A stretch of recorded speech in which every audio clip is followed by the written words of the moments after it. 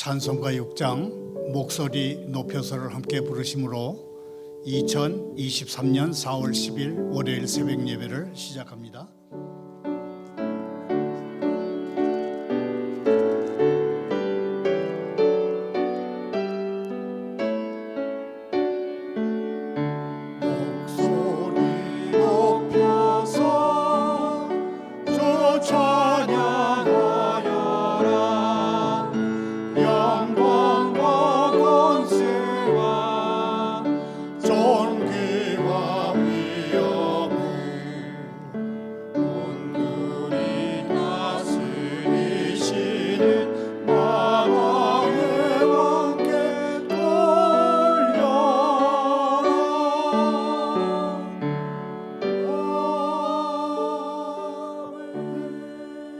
계속해서 549장 내 주여 뜻대로 함께 부릅니다.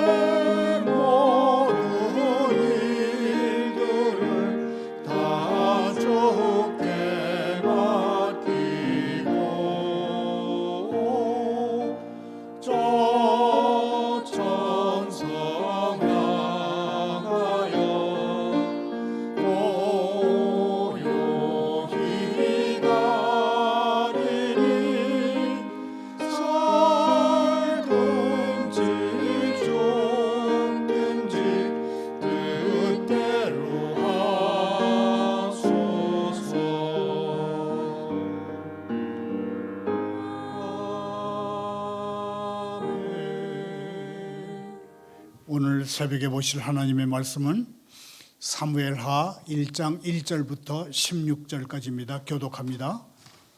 사울이 죽은 후에 다윗이 아말렉 사람을 쳐 죽이고 돌아와 다윗이 시글락에서 이틀을 머물더니 사흘째 되는 날에 한 사람이 사울의 진영에서 나왔는데 그의 옷은 찢어졌고 머리에는 흙이 있더라. 그가 다윗에게 나와 땅에 엎드려 절하매 다윗이 그에게 묻되 너는 어디서 왔느냐 하니 대답하되 이스라엘 진영에서 도망하여 왔나이다 하니라. 다윗이 그에게 이르되 일이 어떻게 되었느냐 너는 내게 말하라. 그가 대답하되 군사가 전쟁 중에 도망하기도 하였고 무리 가운데 엎드려져 죽은 자도 많았고 사울과 그의 아들 요나단도 죽었나이다 하는지라. 다윗이 자기에게 알리는 청년에게 묻되 사울과 그의 아들 요나단이 죽은 줄을 네가 어떻게 아느냐? 그에게 알리는 청년이 이르되 내가 우연히 길보아 산에 올라가 보니 사울이 자기 창에 기대고 병거와 기병은 그를 급히 따르는데 사울이 뒤로 돌아 나를 보고 부르시기로 내가 대답하되 내가 여기 있나이다 한즉 내게 이르되 너는 누구냐 하시기로 내가 그에게 대답하되 나는 아말렉 사람이니이다 한즉 또 내게 이르시되 내 목숨이 아직 내게 완전히 있으므로 내가 고통 중에 있나니 청하건대 너는 내 곁에 서서 나를 죽이라 하시기로 그가 엎드러진 후에는 살 수 없는 줄을 내가 알고 그의 곁에 서서 죽이고 그의 머리에 있는 왕관과 팔에 있는 고리를 벗겨서 내 주께로 가져왔나이다 하니라. 이에 다윗이 자기 옷을 잡아 찢음에 함께 있는 모든 사람도 그리하고 사울과 그의 아들 요나단과 여호와의 백성과 이스라엘 족속이 칼에 죽음으로 말미암아 저녁 때까지 슬퍼하여 울며 금식하니라. 다윗이 그 소식을 전한 청년에게 묻되 너는 어디 사람이냐? 대답하되 나는 아말렉 사람 곧 외국인의 아들이니이다 하니 다윗이 그에게 이르되 내가 어찌하여 손을 들어 여호와의 기름 부음 받은 자 죽이기를 두려워하지 아니하였느냐 하고 다윗이 청년 중 한 사람을 불러 이르되 가까이 가서 그를 죽이라 하매 그가 침에 곧 죽으니라. 다윗이 그에게 이르기를 내 피가 내 머리로 돌아갈지어다 내 입이 내게 대하여 증거하기를 내가 여호와의 기름 부은 사람을 죽였노라 함이니라 하였더라. 아멘.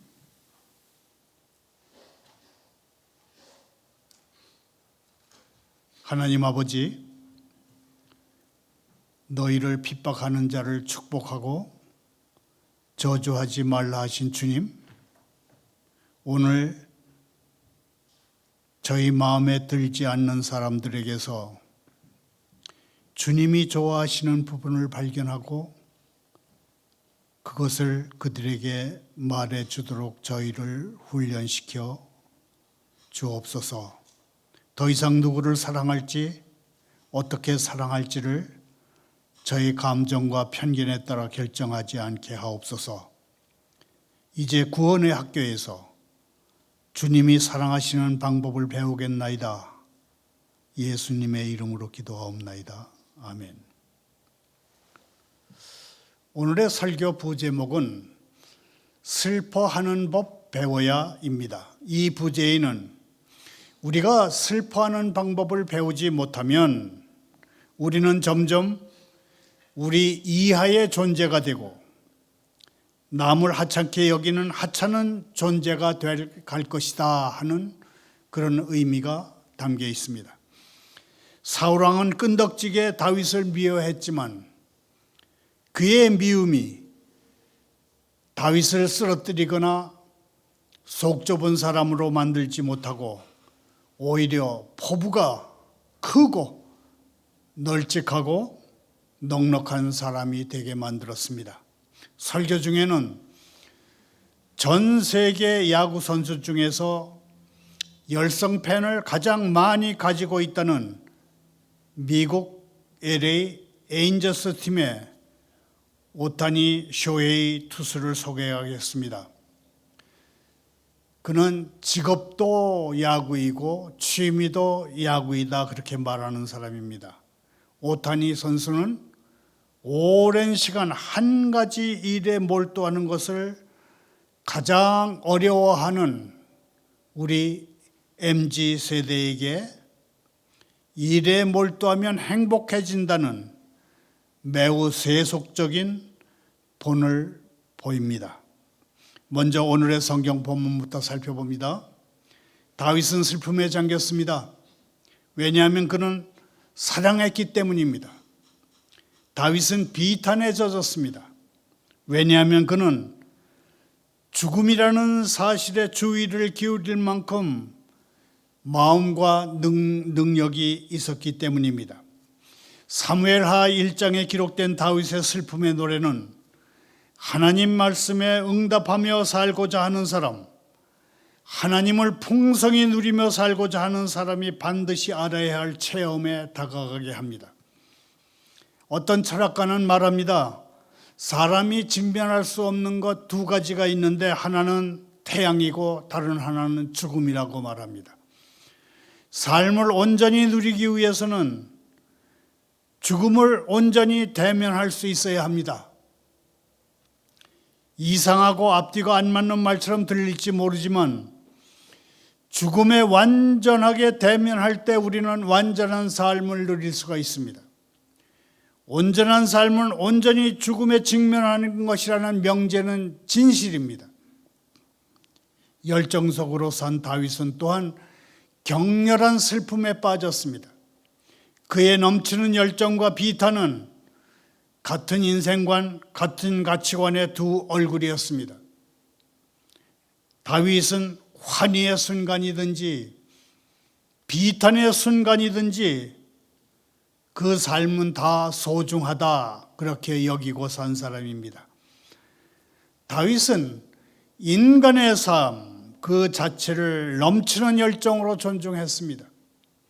그의 슬픔의 깊이는 그가 숭배하는 삶의 높이를 보여줍니다. 시편의 70%가 슬픔의 노래, 비탄의 노래라고 합니다. 시편의 비가들, 슬픔의 노래들은 다윗의 기도하는 삶에서 직접 또는 간접적으로 나온 것들입니다.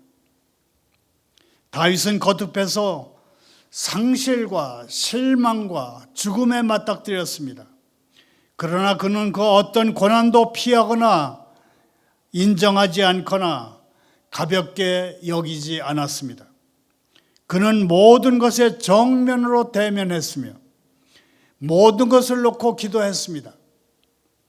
다윗의 슬픔은 크고 거창한 생명력의 표현이었습니다.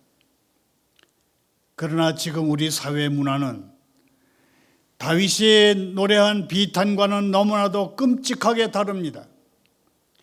인터넷, 신문, 방송은 매일같이 끔찍한 사건들을 자세하게 보도합니다. 살인, 마약 범죄, 가뭄과 산불 사태, 정치인, 공직자들의 부정부패와 온갖 사회적 추문들, 나쁜 짓이면 나쁜 짓일수록 더 큰 언론의 관심이 되고 있습니다. 언론들은 나쁜 것만 크게 자극적으로 보도하고 있습니다. 개가 사람을 물면 뉴스가 안 되고 사람이 개를 물어야 뉴스가 된다는 말이 정설처럼 행해지는 것이 매체, 미디어, 언론의 현실입니다. 슬픔, 슬퍼함, 비탄이 없는 것은 진리가 진지하게 여겨지지 않기 때문입니다. 큰 슬픔이 없는 것은 사랑이 진지하게 여겨지지 않기 때문입니다.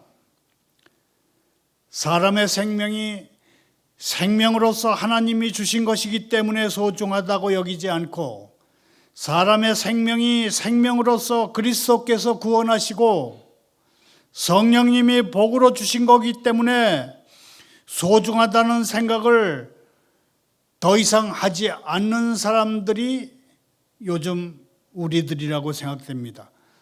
생명으로서 하나님이 주시고 그리스도께서 구원하시고 성령님이 복으로 주신 것이 다만 하찮은 뉴스거리로 여겨지는 것이 요즘 언론의 실태입니다.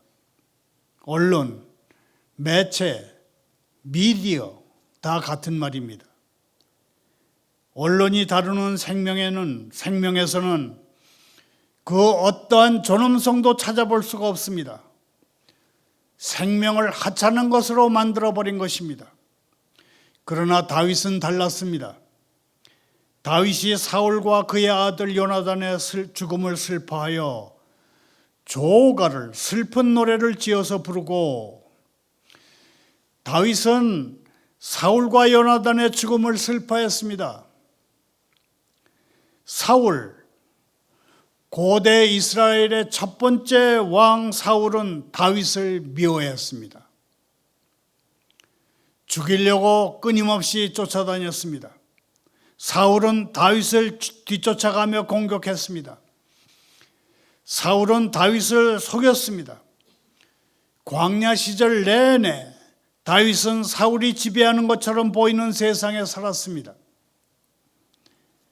다윗이 처한 위험, 역경, 외로움, 상실, 이 모두는 사울 때문에 안게 된 것이었습니다. 그러나 다윗에게는 사울의 증오보다 더 중요한 무언가가 있었습니다. 사울에게 하나님이 기름 부으셨다는 그 사실을 아는 믿음의 지식이 다윗에게 있었습니다. 다윗에게는 하나님이 사울에게 하신 일이 사울이 그에게 한 일보다 훨씬 더 중요했습니다. 다윗은 하나님이 사울에게 하신 일이 더 중요하다는 것을 인정했고, 인정한 것에 따라서 행동하기로 선택했습니다. 다윗은 자기를 향한 사울의 증오가 아니라 사울을 향한 하나님의 은혜에 근거해서 기도하고 행했습니다. 만일 다윗이 사울의 증오에 따라서 자신의 인생 행로를 결정해 나갔다면 아마도 보다 더 일찍 무너졌을 것입니다. 죽임을 당하지는 않았을지 모르나 그의 인생은 분명 저주의 늪에 빠졌을 것이고 복수심으로 쪼그라들고 제한받고 아주 좁쌀만큼 작아진 삶을 살았을 것입니다. 그러나 다윗은 사울에게 쫓기는 동안에도 기도로 자신의 고통을 그리고 자신의 분노를 하나님께 맡겨드렸습니다. 사울을 심판하실 수 있는 유일한 분께 말입니다. 이처럼 사울의 증오는 다윗을 추락시키고 속 좁은 인간을 만드는 대신에 오히려 다윗이 포부가 크고 널찍하고 넉넉한 사람이 되는 기회가 되게 했습니다. 그래서 다윗이 부르는 슬픔의 노래에는 관대함, 넉넉함이 있습니다. 다윗은 명령합니다. 이스라엘 딸들아 사울을 슬퍼하며 울지어다. 그가 붉은 옷으로 너희에게 화려하게 입혔고 금놀이개를 너희 옷에 채웠도다. 그럽니다. 이어서 다윗에게 요나단은 어떤 존재인지 생각해 봅니다. 요나단은 다윗을 사랑했습니다. 하지만 다윗은 요나단의 사랑을 마음껏 누릴 수가 없었습니다. 요나단은 아버지에게 충성하느라 다윗을 따라서 광야로 갈 수 없었습니다. 다윗도 자기 마음의 우연을 위해서 요나단을 광야로 데려가려 하지 않았습니다. 그들의 우정은 서로를 즐거워하는 것 이상의 무언가의 기초를 뒀습니다. 그들은 어떠한 환경에라도 소망을 불어넣을 수 있는 세 가지 조건, 세 가지 초월적인 진리, 즉 진리와 선함과 아름다움을 향한 사랑을 나눠 갖고 있었습니다. 다시 말해서 요나단과 다윗의 우정은 서로를 최선의 자신에게 만들어주는 그런 우정이었습니다. 영국의 소설가이자 기독교 변증가인 C.S. 루이스 교수는 우정이라는 사랑을 이렇게 설명한 적이 있습니다.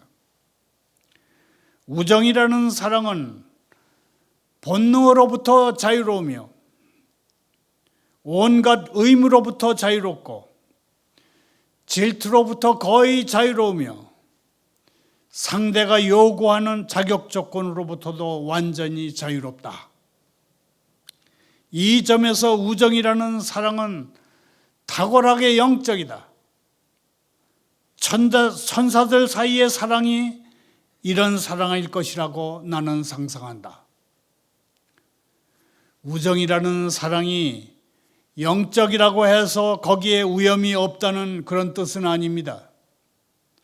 루이스 교수는 우정이라는 사랑 역시 교묘하고 끔찍한 죄에 물들 수 있음을 분명히 가르치고 있습니다. 그러나 우정은 영적이기 때문에 흔치 않은 것이고 우정을 나누는 사람들한테는 더없이 멋진 것이 되는 것입니다.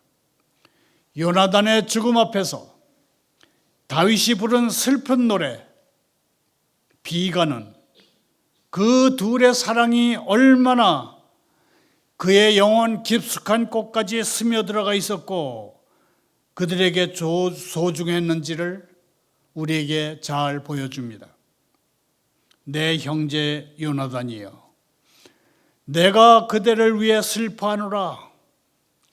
그대는 나에게 얼마나 사랑스러웠던고, 나에 대한 그대의 사랑이 여인의 사랑보다 깊지 않았던가 그럽니다. 다윗의 슬픔에는 두 가지 생각해 봐야 할 점이 있습니다. 하나는 다윗의 슬픔은 동정심을 불러일으키지 않는다는 것입니다. 다윗의 슬픈 노래를 들어도 우리 속에는 그를 향한 동정심이 일어나지 않습니다. 다윗의 슬픈 노래는 동정심보다는 존경하고 칭찬하고픈 마음을 불러일으키지 않습니까? 그의 슬픔은 우리 내면의 어떤 고귀한 것을 일깨워주지 않습니까? 슬픔과 탄식은 잃어버리는 것과 관련이 되어 있습니다. 그러나 다윗은 가난해지지 않았습니다. 어째서 그는 잃어버렸음에도 가난해지지 않는 것일까요? 다윗의 슬픔에서 발견되는 또 다른 놀라운 점은 그것이 서로 정화됐다는 것입니다. 다윗의 슬픈 노래에는 리듬이 있고 산뜻하고 굉장한 상징, 은유, 메타포가 있습니다. 그래서 다윗은 슬픈 노래는 고통을 더 이상 추한 것이 아니게 해줍니다. 다윗은 자신의 슬픔을 애가로 표현했을 뿐만 아니라 사람들에게 그 노래를 배우라고 명령했습니다. 슬픔의 노래를 외우고 그들 자신의 경험으로 삼도록 하라. 그렇게 우리에게 권고하는 것입니다. 사람들이 다윗이 부른 슬픔의 노래를 배워야 하는 이유는 다윗의 상실은 결코 사적인 문제에 그치지 않기 때문입니다.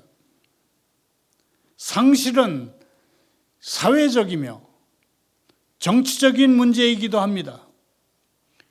우리가 개인적으로 상실을 대하는 방식이 모여서 사회적, 문화적 분위기가 되고 그에 따라 우리는 고귀함을 알고 아름다움을 아는 국민이 되기도 하고 그렇지 못하기도 합니다.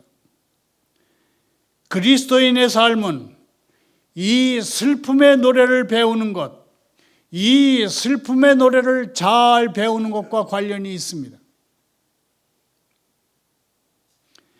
다윗은 사울과 요나단을 애도하는 노래를 지어 그것을 모든 유다 사람들에게 가르치라고 명령했습니다.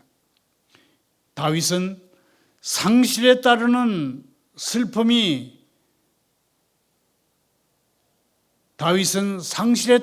슬픔의 노래가 우리 삶의 일부가 되게 하십시오. 그렇게 말합니다. 상실에 따르는 슬픔이 단순한 정보가 되지 않고 우리들 내면에 녹아든 진리가 되게 하라. 그런 말로 들립니다.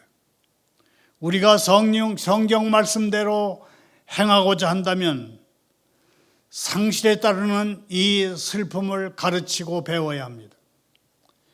사울의 해치려는 마음과 요나단의 사랑을 어떻게 대해야 하는지 우리는 우리 자신에게 가르쳐야 할 필요가 있습니다. 미움 때문에 당하는 고통과 사랑 때문에 겪는 고통이 함께 어우러져서 만들어내는 이 거대한 리듬을 어떻게 진지하게 다뤄야 하는지 서로에게 가르치십시다. 그리하여 우리 삶이 그 고통들 때문에 메말라지는 것이 아니라 오히려 더 풍성해지도록 그렇게 말입니다. 고통은 죄악이 아닙니다. 미움받는 것은 죄악이 아닙니다. 사랑하는 사람과 기약 없이 이별하는 것은 죄악이 아닙니다. 죽음은 죄악이 아닙니다. 죄악은 현실에 마주하지 못하고 겉도는 것입니다. 외면하는 것입니다. 죄악은 존귀한 것을 하찮게 여기고 신성한 것을 욕되게 하는 것입니다. 내가 나의 슬픔을 대하는 방식은 그대가 그대의 슬픔을 대하는 방식에 영향을 미칩니다. 우리는 죽음을 포함하는 여러 가지 잃어버림을 하나님의 주권이라고 하는 맥락 속에서 다룰 줄 아는 공동체를 이루고 있습니다. 그 주권은 최종적으로 부활로 드러날 것입니다. 고통을 가능한 한 빨리 잊거나 할 수 있는 한 대수롭지 않게 여기는 것은 결코 바람직한 방법이 못 됩니다. 우리는 죽음을 포함하는 여러 가지 잃어버림을 하나님의 주권이라는 맥락 속에서 다룰 줄 아는 그런 공동체의 일원이기 때문입니다. 잊는다든지 대수롭지 않게 여긴다는 것은 비성경적이고 비인간적인 방법입니다. 고통을 인정하지 않는 부인과 고통을 회피하는 것은 우리 문화가 상실을 다루는 가장 전형적인 방법일 뿐입니다. 부인, 회피, 이 두 개가 결합했을 때 그것은 우리 문화의 영적 건강을 완전히 파괴시켜버립니다. 사회에 널리 퍼진 중독증과 우울증이 그 결과입니다. 중독은 죽음을 부인하기 위한 가장 일반적인 방법입니다. 이일 중독에서 알코올 중독에 이르기까지 중독은 상실에 따르는 고통을 느끼지 못하게 하는 비인간적인 것들로 우리를 미리 채우고 마취시켜버립니다. 그리고 우울증은 보통 철저한 부인보다는 회피 심리에 가까운 상태에서 시작합니다. 우울증은 오랜 세월 상실과 죽음, 실패와 실망의 현실을 그대로 대면하지 못하고 축소시켜버린 결과의 하나의 증상입니다. 우울증에 빠지면 다른 모든 현실에 대해서도 무감각해지고 무뎌집니다. 이렇듯 우리 사회에는 중독증과 우울증이 널리 퍼져 있습니다. 고통, 거절, 실패 같은 것들을 마주하지 못하거나 뜻대로 안 되는 것을 견디지 못하는 증세가 사회 전체에 퍼져 있는 것입니다. 저는 지금 다윗식의 슬픔의 노래가 중독증과 우울증의 치료책이라고 말하는 것이 아닙니다. 중독증과 우울증 중에 하나가 극심할 경우 회복은 오랜 시간에 걸쳐서 어렵고 복잡한 과정을 거쳐야 합니다. 그러나 저는 몹시 슬퍼하면서 탄식하는 것이야말로 중독성 우울증 증세를 가장 효과적으로 치료하는 방법이라는 사실만큼은 분명하게 확신합니다. 상실을 피해가는 행운이나 영리함은 인간을 성숙시켜주지 못합니다. 그러므로 우리는 다윗처럼 슬퍼하는 법, 상실의 슬픔을 노래하는 법을 배워야 하는 것입니다. 말을 맺습니다. 사무엘하 1장 11절 12절을 다시 읽습니다. 이에 다윗이 자기 옷을 잡아 찢음에 함께 있는 모든 사람도 그리하고 사울과 그의 아들 요나단과 여호와의 백성과 이스라엘 족속이 칼의 죽음으로 말미암아 저녁 때까지 슬퍼하며 하여 울며 금식하니라. 여기서 전 세계인이 가장 열광하는 스포츠맨, 미국 LA 엔젤스 팀의 선발 투수 오타니 쇼헤이 선수를 얘기해 보겠습니다. 왜 오타니 선수인가 하면 이 선수는 직업도 일, 취미도 일에 몰두할 때 행복하다고 말하는 사람으로서 기독교 신앙 없이 출세의 길을 달리는 대표적인 예라고 생각되기 때문입니다. 오타니 선수는 LA 엔젤스 팀에서 시속 160km대의 강속구를 뿌리는 선발 투수인 동시에 심심치 않게 담장을 넘기는 홈런 타자 초특급 선수입니다. 지난주 시애틀전에서 시즌 첫 승을 거뒀을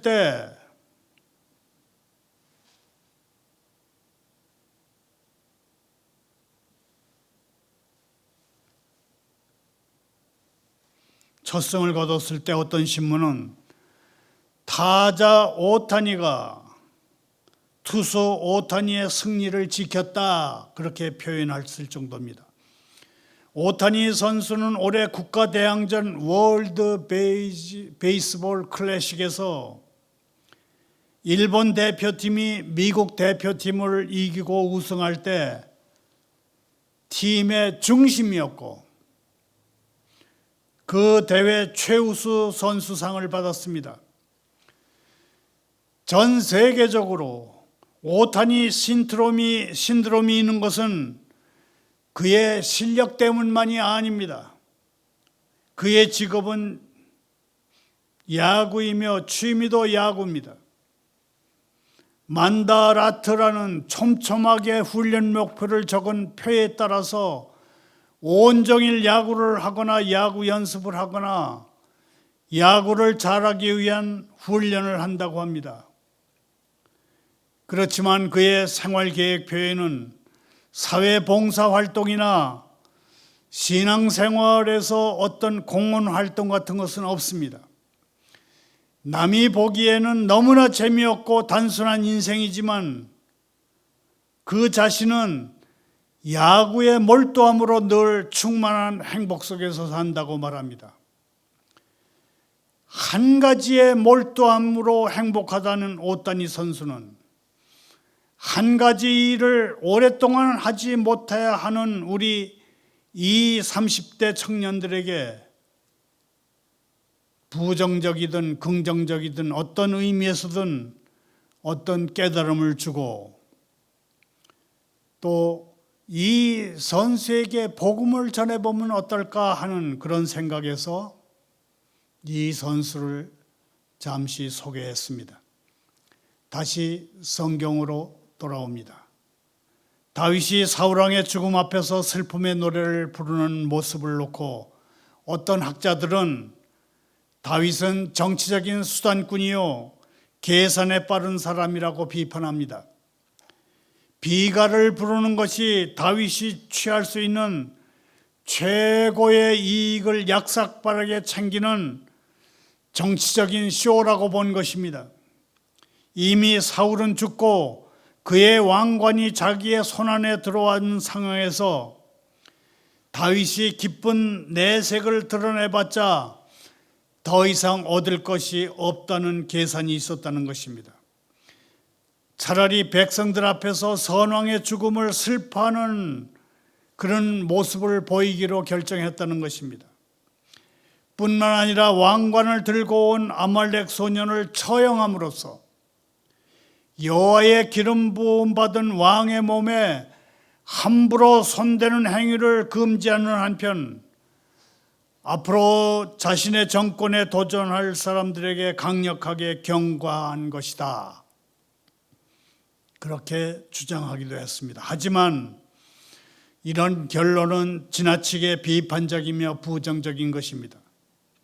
다윗은 요나단을 진정으로 사랑했습니다. 또한 결코 사울을 마땅히 제거해야 할 자신의 원수라고 생각한 적도 없습니다. 그의 슬픔은 진정한 사랑과 우정에서 비롯된 것입니다. 그리고 어쨌든 사울은 그의 장인이 아닙니까? 어떤 사위가 장인의 죽음을 슬퍼하지 않겠습니까? 슬픔에 젖을 줄 모르는 것은 삶을 하나로 이을 줄 모르는 것입니다. 왜냐하면 우리의 삶에는 환희와 비탄이 교차하기 때문입니다. 만일 우리가 다윗처럼 슬퍼하는 법 배우기를 거부한다면 우리의 삶은 아무렇게나 시작됐다가 아무렇게나 끝나버리는 사건의 연속으로 파편화할 것입니다. 기억하십시다. 사울과 요나단의 죽음을 슬퍼하는 다윗의 이야기를 글쓴 이는 하나님이십니다. 이 이야기는 고결하고 어마어마합니다. 글을 쓰시니 하나님은 이 이야기를 지우거나 고쳐 쓰는 것을 달갑지 않게 여기실 것입니다. 결국 우리는 죽게 돼 있는 인간입니다. 이를 받아들이십시다. 우리와 우리 주변 사람들은 언젠가 반드시 죽게 돼 있습니다. 이 또한 받아들이십시다. 그리고 우리의 십자가를 지십시다. 그러면 예수님은 그대가 오늘 나와 함께 천국에 있으리라 그렇게 말씀하실 것입니다. 십자가를 지는 것이 부활을 준비하는 것입니다. 감사합니다. 기도합니다. 주 예수님,